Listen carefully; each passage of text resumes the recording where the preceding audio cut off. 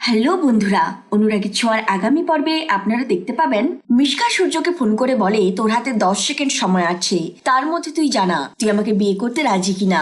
দীপার সেই ফোনটা অনেকটা সন্দেহজনক মনে হয়। সূর্য দীপাকে কাঁটা চামচ আনতে পাঠিয়ে দিয়ে সে মিশকার সাথে কথা বলতে থাকে। আর দীপা বাইরে বেরিয়ে এসে সে মিশকাকে দেখতে পেয়ে যায়। তারপর সে মিশকাকে হাতে নাতে ধরতে গেলে মিশকা দীপার পায়ে জলের বোতল ফেলে দিয়ে দৌড়ে পালিয়ে যায়। আর ওইদিকে পুলিশ অফিসার রোশনি এসে সূর্যকে কোর্টে নিয়ে যায়। এদিকে দীপা মিশকাকে ধরার জন্য মিশকার পিছন পিছন দৌড়াতে থাকে। সেখানে গিয়ে রাস্তায় সে তবলাকে পেয়ে যায়। আর ওদিকে মিশকাও একটা গাড়িতে করে পালাতে থাকে। আর দীপা ও তবলা মিলে একটা অটোতে করে সেই গাড়িটাকে ফলো করতে থাকে। তারপর মিশকা ওই গাড়ির ভেতর থেকে একটা কাঁচের বোতল রাস্তায় ফেলে দেয়।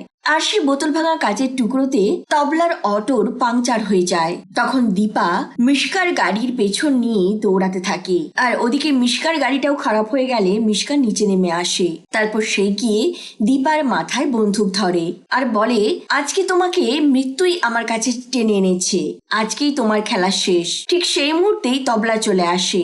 তখন মিশকা ভাবে, আমি যদি এখন দীপাকে মেরে ফেলি তাহলে তো তবলা এটা দেখছে, তাই তবলার বয়ানে আমি ফেসে যেতে পারি। তারপর সে তবলাকে বলে, তুমি অটোতে স্টার্ট দাও, নাহলে আমি দীপাকে শুট করব। তারপর সে তবলার গাড়িতে করেই দীপাকে কিডন্যাপ করে অনেক দূরে নিয়ে যায়। গাড়ি থেকে নেমে তবলার মুখে একটা রুমাল চাপা দিয়ে তবলাকে অজ্ঞান করে দিয়ে দীপার মাথায় বন্দুক ধরে দীপাকে নিয়ে যায়। আর এদিকে কোর্টে মিশকার উকিল সূর্যের বিরুদ্ধে সমস্ত রকম তথ্য প্রমাণ দিয়ে সূর্যকে দোষী সাব্যস্ত করছে।